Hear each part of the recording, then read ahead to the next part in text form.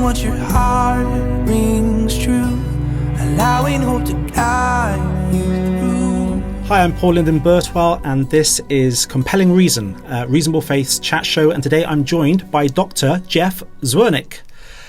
Good morning to you, Jeff. Hi, it's good to be here today, Paul. Great. Thank you so much for joining us today. And we've got some great questions lined up for you based around cosmology and astrophysics. I believe you're an astrophysicist?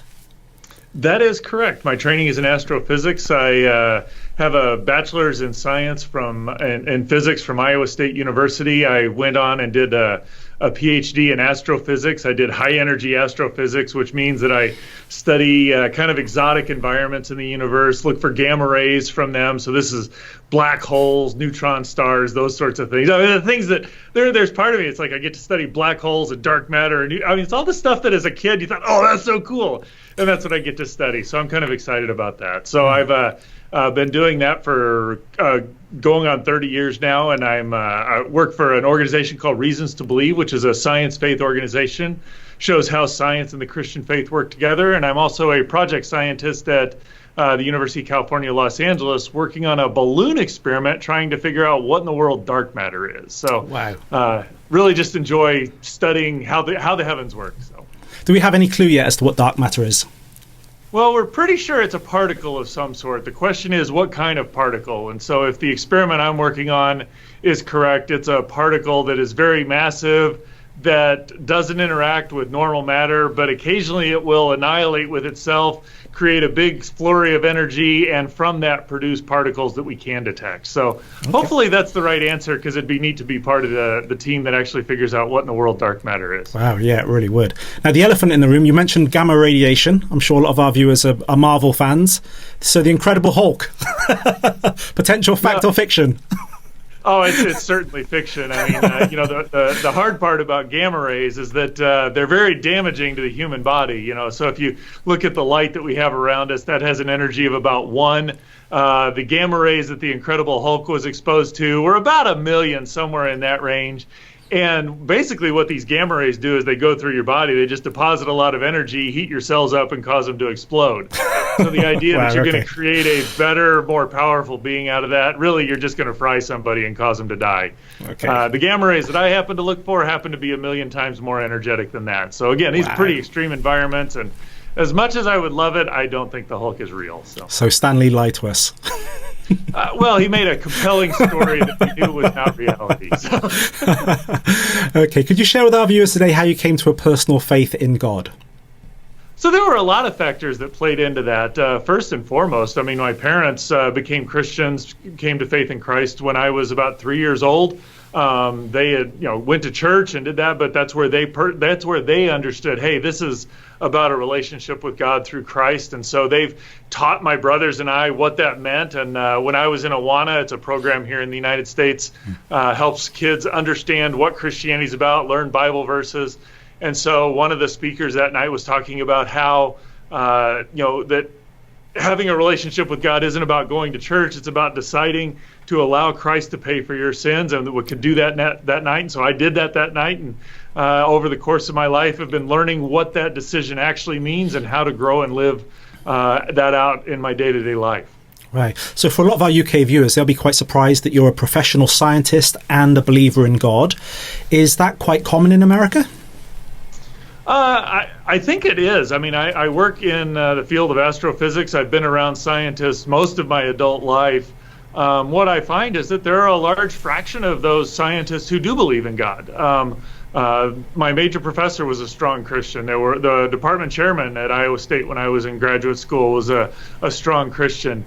What I find is that there are lots of people who are Christians, but there are lots of scientists who are very articulate about why they're not Christians. And so I think there's something about science that gets rid of kind of the cultural Christianity, if you will, that I'm just a Christian because everybody else is. You either kind of understand it or you understand it, so you either agree with it or you don't. And so I think there's a sharper divide. There's less middle ground, but there's certainly a whole lot of people in the United States who are very devout Christians and very talented scientists as well. Wow. So a lot of people say believing in God is not rocket science, but for you, it is rocket science. Could we say that? It's certainly tied up, and I love that saying. It's not rocket science. Well, I kind of get to do rocket science. Yeah, that's I really awesome. have never launched a rocket or anything, but I understand how they work, so I could if I really had the engineering expertise. Right. Okay. Then, so as a professional astrophysicist, would you say there are good reasons or compelling reasons to believe in God based upon cosmological data?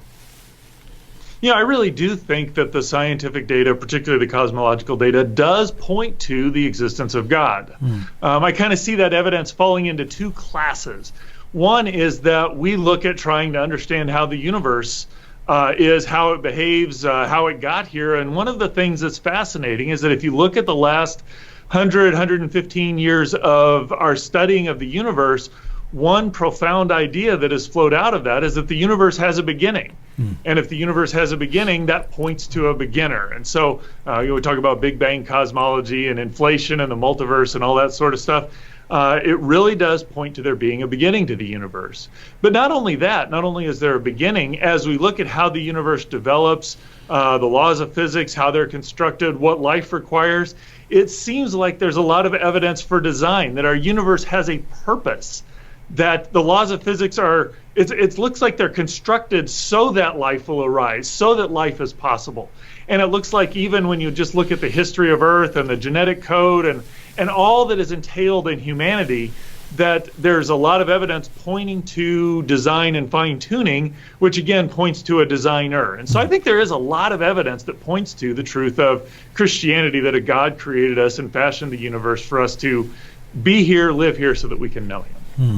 Fantastic. When I talk to people in the public, the general public, and I talk to them about the Big Bang Theory, there are a lot of mixed views on what it is. I mean, one of the views is that two meteorites hit together, caused a big explosion, and that's where our universe came from. It's a very basic understanding. Somebody else would argue that a hurricane going through a kind of used car lot wouldn't put together a Boeing 747, like a junkyard wouldn't put together a 747, and an explosion wouldn't put together a universe. That's another argument that I've heard. But for our viewers today, please could you explain from a scientific perspective exactly what the Big Bang Theory is and what it states? Well, so the Big Bang kind of has two different terms, or the term has kind of two different connotations to it. One is just the idea of what is our best explanation for the history of the universe. And as we look at the universe today, and as an astronomer, the further away we look, the further back in time we're looking. And so as we look further and further away, we can trace the history of the universe.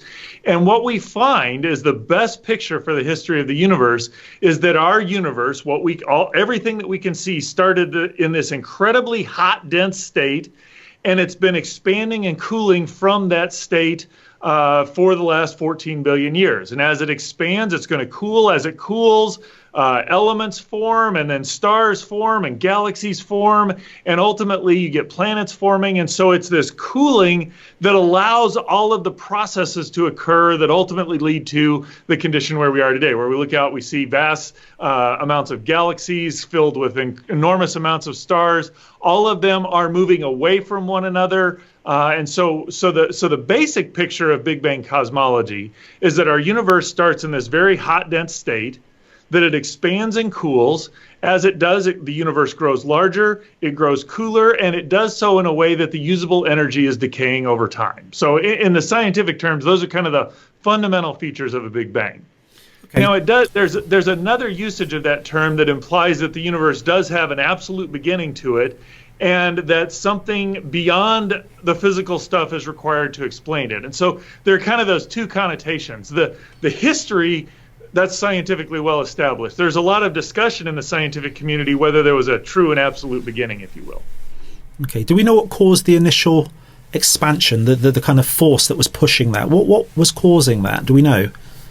Well, that's really where a lot of the scientific investigation is going today. Some of that flows out of you talk about inflation, and there's this stuff that its very nature is to expand very rapidly and to grow exponentially. It could be part of a contracting phase where you go through this quantum gravity era and it's just a rebound.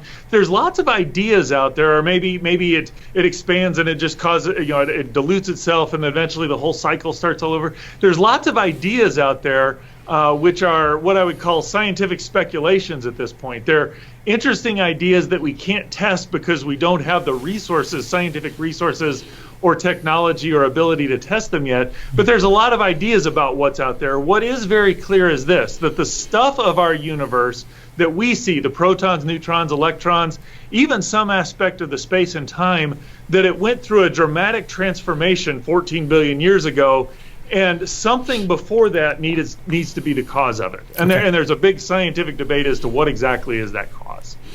And as a layperson, how are we supposed to visualize the Big Bang in our minds? Is that possible? Well, I will say this. There's a whole lot of bad and wrong ways to do it. The one that typically shows is you've got this ball that expands and grows and gets more, gets less dense as it goes on. But that really has this idea that there's a boundary to the universe. There's a limit to how far the matter goes. The best way I would have it is this. Just imagine, if you will, you've got a ball. And if you're on the surface of that ball and you're two-dimensional, all there is forward and backwards, left and right. There is no up and down. We step outside in 3 dimensions and we can see that as that ball expands, everything in between, or the space between every 2 points, is growing larger. And then you could imagine that if you go backwards, that the amount of space is going to get smaller and smaller, and eventually everything will be in a very, very tight location. That's kind of the best way to look at it. The problem is, every time you think about that you think that there's a limit to how far things go out. And as of our best understanding right now, there is no edge to the universe. Right. And in fact, if you're on that ball, if you were to travel far enough, eventually you'd get back to yourself. But scientists so these are the things that you have to wrestle with in there. But the way scientists look at it, we don't know whether it's a ball where if you travel back, you get back to yourself, so it's finite, if you will, or whether it's a sheet of paper or a sheet of rubber that's just expanding, or whether it's even a saddle where it's just going to expand forever. So these are questions that we don't have a definitive scientific answer for. The best explanation, or the best data at this point, points to it being very close to flat, which would be the sheet of rubber, but kind of leaning towards closed, where it's actually that ball. So, that's kind of a bunch of illustrations that hopefully get a feel, but recognize all of that's 2-dimensional, and we live in something that's actually 3-dimensional. So there really is no good way to get a picture of it. Okay. But it's something that's expanding and growing larger over time, and we don't exactly know the geometry of it, and we hope to in the future with our measurements. Could we say that? Oh, well, you could tell us. Is there an initial starting point that we could observe that everything is stretching away from, or doesn't it work like that? No, it actually doesn't work like that. Okay. So if we were to ask the question, where in the universe did all of the stuff begin? It turns out that in our universe, every point of space in our universe began at the same time. Wow, okay. So there is no center of the universe, and that's where that ball analogy gets into problems, is that we're 3-dimensional. We look and say, oh, there's a center to that ball. But on the surface of the ball, there is no place where it all started. Every place is exactly the same. So we see everything moving away from us. If we were to move to any other space in our known universe, we would see exactly the same thing. So rather than it being this point where everything expanding away, it's like everything came into existence and is just growing larger. It's really hard to visualize. I've tried to come up with some graphics that do it, and I really have never found a satisfying one. Wow. But that's the mystery of it. There really is. That's part of the fun of being a scientist, is that we get to keep investigating and trying to understand this stuff, because it really is fascinating. It's very exciting, isn't it? Very exciting. So there's no such thing as the furthest star, because that furthest star might kind of come. How can I describe this? If you kind of almost like come back on yourself, if you had a powerful enough telescope, and if light was reaching us from the farthest parts of space that there are, you could perhaps look in both directions and see the same star. Would that be possible? That's kind of the idea, and if you want to kind of delve in a little bit more and see just how complicated this is so imagine that we are actually the universe has a geometry like a ball. Let's just say that. If we now we have to ask how much of that ball can we see, and so if the ball, let's say it's the size of a large city, maybe 1 kilometer in size. That's a small city now that I think about it, but let's say it's 1 kilometer in size. what we can see is maybe on the order of a silver dollar, something that's, maybe that big around. So all we can see is the stars inside that little region. What we don't know is how much more of it is out there. And so even if the thought was maybe we could see around to the other side, we can show that, well, it's far larger than that. We know if it's a ball, it's far larger than a ball we could see around. But what we don't know is actually how large it is. Is it like a sheet where it just extends forever and it's spatially infinite? Is it a ball that has some very large but finite size? We don't have an answer to that question, and may not ever have an answer to that question. So how does this then point to the existence of a God? Or more specifically, the God of the Holy Bible? No, that's a great question. And I would say two things. One is that we have this rather detailed picture where we've got a lot of the big picture. There's a whole lot of details left to explain, but we've got a lot of detail to our scientific picture of the universe. And what that picture says is that there are constant laws that govern the universe. General relativity, incredibly reliable in describing the dynamics of the universe. Quantum mechanics also, we're trying to figure out how to meld those two and figure out what the true laws that describe all of the universe that we can see are. But they're incredibly reliable. They're the same everywhere in the universe. So you got these constant laws that describe the universe, or that describe the behavior of the universe. We know that the universe is expanding. We know that it started from this incredibly hot, dense state that looks like a beginning, and that the amount of usable energy is decaying over time, or that the universe is deteriorating, if you will. Well, when you go look at the Bible and ask, what sort of universe does it describe? Well, Genesis 1:1. In the beginning, God created the heavens and the earth. So there's a beginning to the universe. You look in Jeremiah, and it talks about how there's a reliability and a constancy to the universe in Jeremiah 33 there. In fact, God's character and his reliability is likened or compared to how consistent day and night are in the fixed heavens of the universe. So we've got this, Bible describes a universe that is very reliable and consistent and can be described by laws.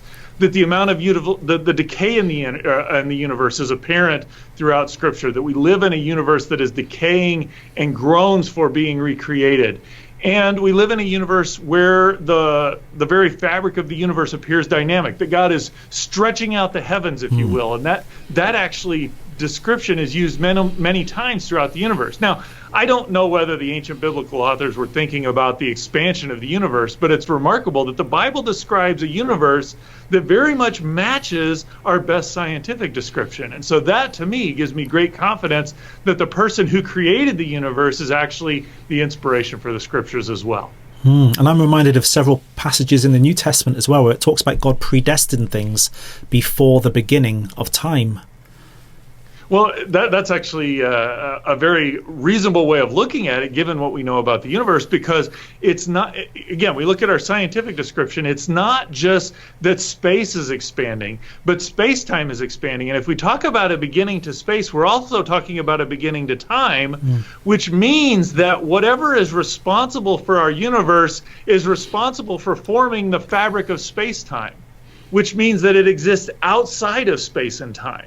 And so the God of the Bible is outside of space and time. He's timeless. He sees the whole thing because he's outside of the whole thing. And so that idea that God is allowing us to make choices and decide, we live within the universe and our decisions have consequence there, but God is outside, knows everything and controls everything, upholds everything as well. So it's actually a very coherent picture when we look at our best scientific understanding and what Christianity or what the Bible says about how this universe behaves and who God is. They're really remarkably coherent and consistent pictures. And I've heard of something called the Borg-Guth-Vilenkin theorem that states that any universe on average that's been expanding over its kind of life course must have an absolute beginning of space, time, and matter. Does that still hold today? Yeah, well, it applies specifically in the context of inflationary Big Bang models. So we talk about Big Bang, and you track the expansion back, and what our best science says is that somewhere in the earliest moments there was this very rapid expansion. And so you got to go back, give a little bit of context to this. Hawking and Penrose looked at just general relativity and working things backwards, found that there was a place where the laws of physics broke down and that looked like a beginning if general relativity holds.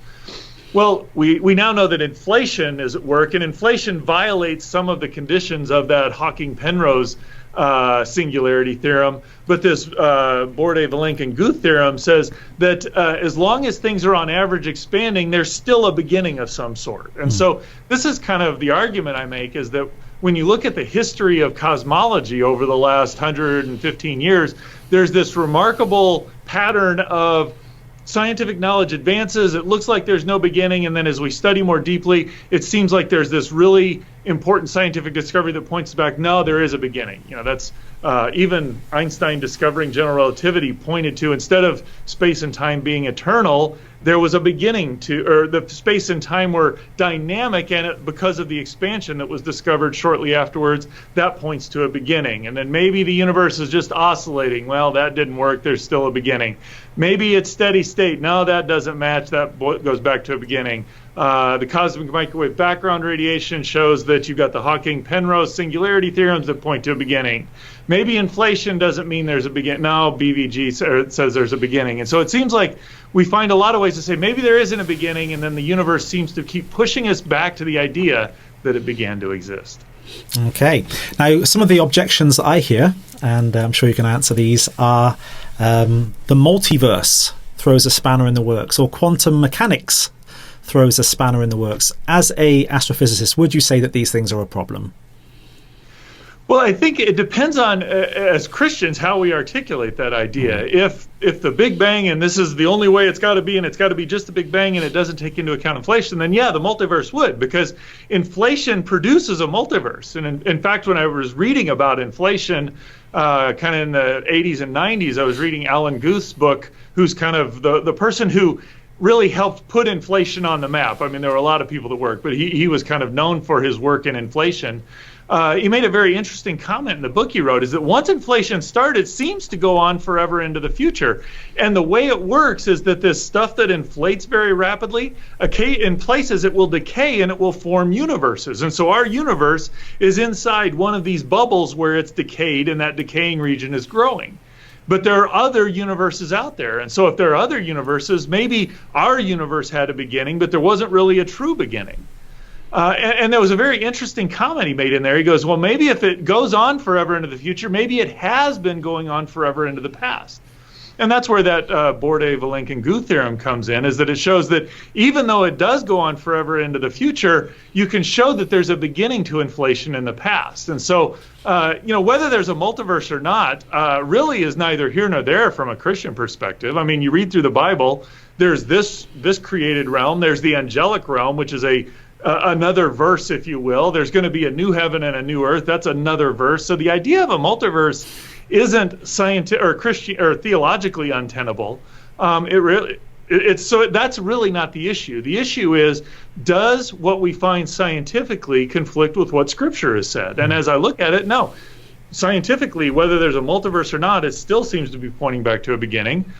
With quantum gravity, we don't have the final answer there, because we don't have the final quantum gravity theory that will give us the answer. But my expectation, given the history I've seen over the last 100 years, is that while quantum gravity seems to get around the need for a beginning in a lot of ways, I still expect it to show that there's a beginning, because that's what we've seen over the last 100 years. Yeah, and there's also the logical problem of an infinite regress of past events, right? That does pose a problem. How do we arrive at today if there was never a beginning? That's kind of what I struggle with. That's a place where, as a scientist, I think a little bit different about infinites. And I'm gonna tread lightly into philosophical waters, because I think there's things there. I do think when you start messing around with infinities, things that are incredibly obvious to us are not always true, because we're finite creatures. For example, we know that any set, if I add another one to it, it's gotten larger. Yeah. When you're dealing with infinite sets, that's no longer the case. And so we need to be careful when we're dealing with infinites. But one of the, if there's this infinite progression of events, how do you end up here at today is a big problem. And so the idea that the timeline extends uniformly, monotonically, or in some sort of continuous way all the way back to infinity does pose a problem. And when you look into the details, I think that practically speaking doesn't cause a problem, because whatever's going on in that quantum gravity area seems to reset time, and we end up on a timeline that seems to have a beginning to it. And if there is an infinite past, I mean, just from a kind of a secular or materialistic point of view, I don't know kind of how that would work in a multiverse, but wouldn't God naturally evolve? Now, he wouldn't necessarily be the God of the Bible, but if everything that could happen will happen, wouldn't a God or a maximally great being actually evolve after that duration of time? You know, I've heard that, and I think it's an interesting way to talk about it. But as I just think about it, you know, when I look at who God is outside of the universe. He's outside any of the physical stuff. So I don't see how the physical stuff could evolve to be the God of the Bible. Sure. Well, maybe other gods, yes. But you could maybe the maximal possible powerful being within the confines of the eternal universe. Yeah. That the eternal universe would still be larger or greater than that, if you will. So this is where I think as a Christian, I want to make very sure that I'm thinking rightly about who God is and who scriptures reveal God to be. The God is outside the universe that brings it into existence, self-existent, self-eternal, uncaused, uncreated, merciful, good, just, loving, all of those things. And then as a scientist, I want to say, okay, what's the best I can study this creation? But in that, as a Christian, I'm keenly aware that when I'm studying creation, there's a limit to what I'm studying because it's a created contingent reality. Whereas when I study God, that is a non-contingent, uncreated, self-caused, self-existent, eternal reality that is very different. And so I think what I'm getting at there is that I don't know that saying that there's this eternal universe that will not produce the God that the Bible is talking about. It may produce other gods, but it won't produce the God that the Bible is talking about. Is there any evidence then that the laws of physics existed causally prior to the universe? And if so, where? Where would they exist? I'm not sure how to answer that question because the only evidence we have is what we see in this universe. Now, we can extrapolate from what we see to what might be beyond. So, we can calculate where the limits of the observable universe is. Like I said, as an astronomer, we only see the further away we see, the further and back in time we see. So at some point, I'm going to get to a distance where light would have taken more than 14 billion years to get from there to here. And so I can say that's the most distant region I can see.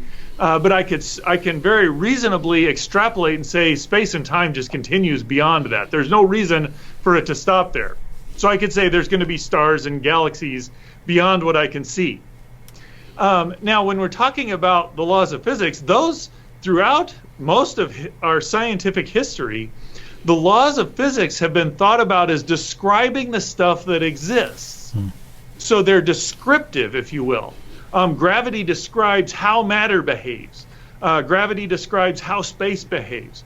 Now, if you have no matter and if you have no space, what does it mean to talk about gravity? There's nothing for it to describe. So what does it mean to say it's there? So there's a philosophical shift going on that when we talk about laws of physics before anything that exists, we've now shifted the laws of physics from being descriptive to being prescriptive, that they have some sort of fundamental reality in and of their own.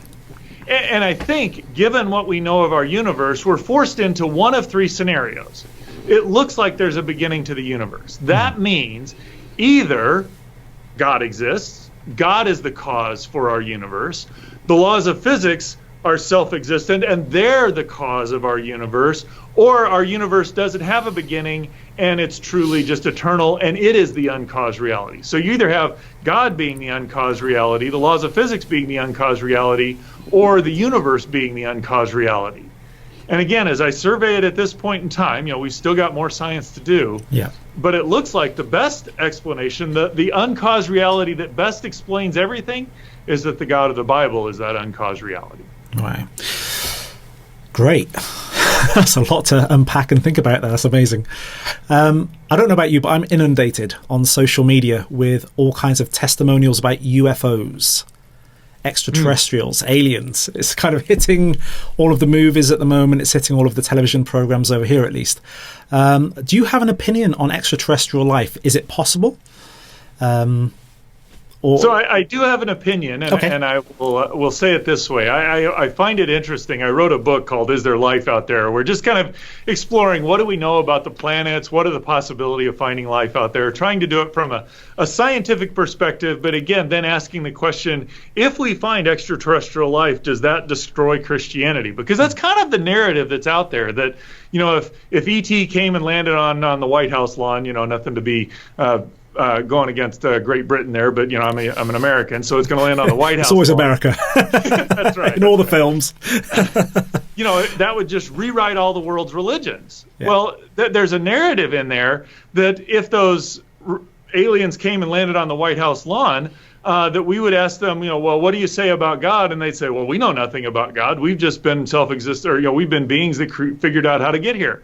If Christianity is correct, those beings would get out and say, well, this is basically what we know, and they'd give us an account of God very similar, or at least coherent and consistent with the one we have revealed in Scripture, or they're being malicious and would be lying to us, one of the two, and that's part of what we'd have to figure out. But this is the way I would say it. As we look at the universe, there are lots of constraints on what it takes for life to exist. When you look here on Earth, you've got to have a planet where liquid water exists, where that liquid water stays around a long time.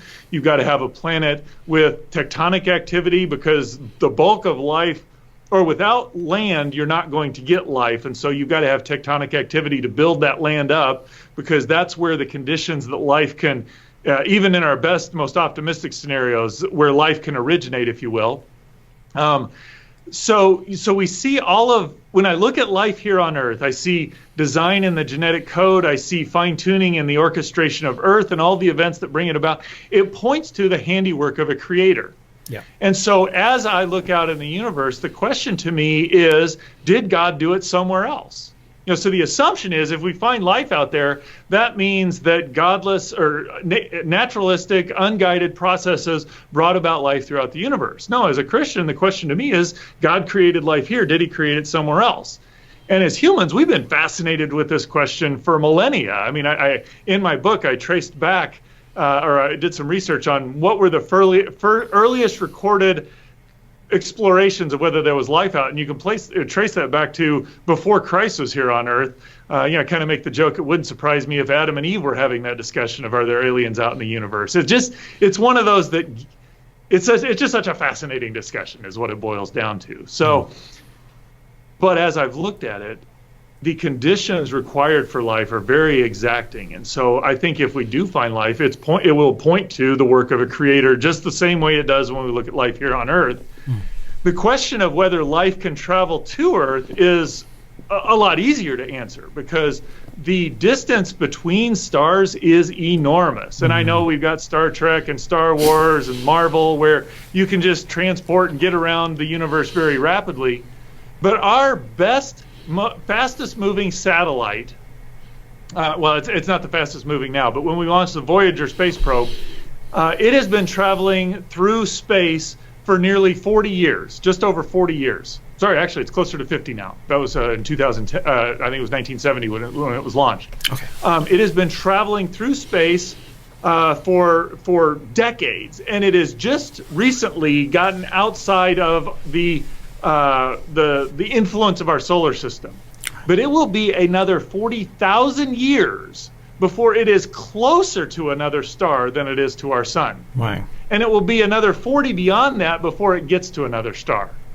Now, maybe we make warp drives or jump to light speed. Maybe we come up with some technology, but traveling through space is incredibly difficult, and I'm not sure that it's a solvable technological problem. So any sort of report of aliens being here on Earth, that's almost certainly either one, something that we don't understand naturally going here on Earth, or I would argue probably a demonic influence trying to convince people that there are aliens out there.